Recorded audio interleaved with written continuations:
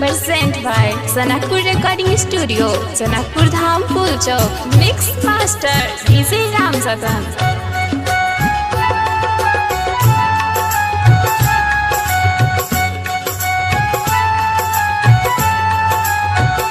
अभी आप सुन रहे हो सिंगर राम सागर की आवाज में।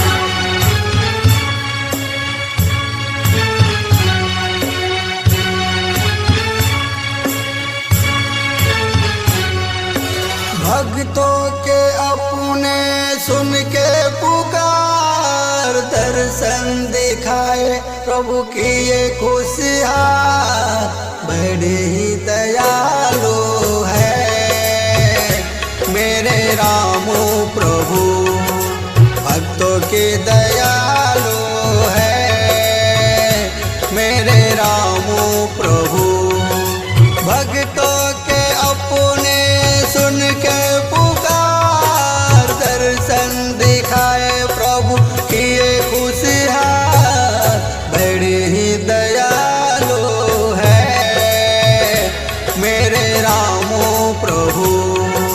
भक्तों की दयालु है मेरे रामो प्रभु।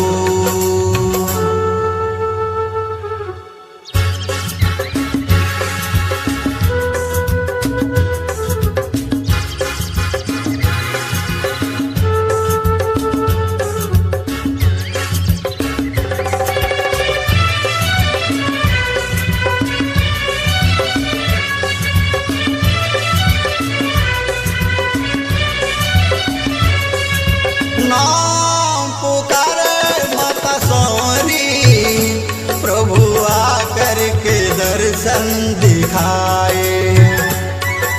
नौदा भक्ति सुना के प्रभु मीठी मीठी फलवा को खाए।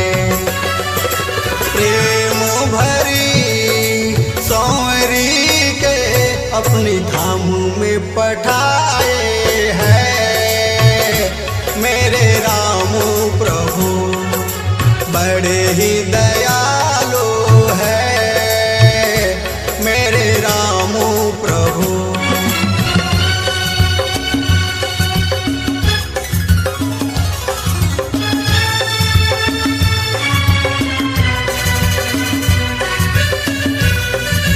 Present by Sanakpur Recording Studio, Sanakpur Dham Phul Chowk. Mix Master DJ Ram Sadan.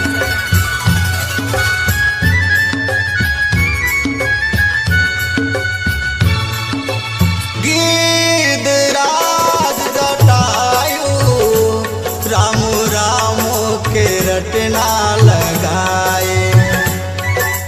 जाके प्रभु जब पहुँचे उनके सारे बतिया सुनाए।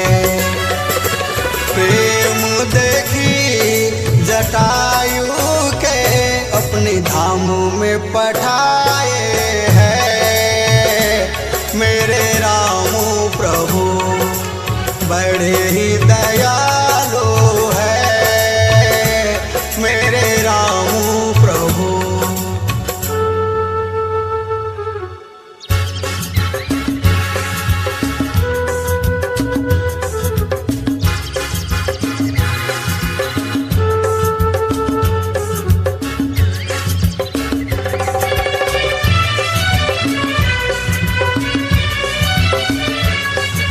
अभी आप सुन रहे हो सिंगर राम सागर की आवाज में। मिलके राम सेवक भजनिया, उत प्रभु जी के धनवा लगा के। गाँव राम सागर भजनिया, उत भक्तो लोक समुदा के। भी सोनी प्रभु के भजन हो से पार कराएंगे मेरे राम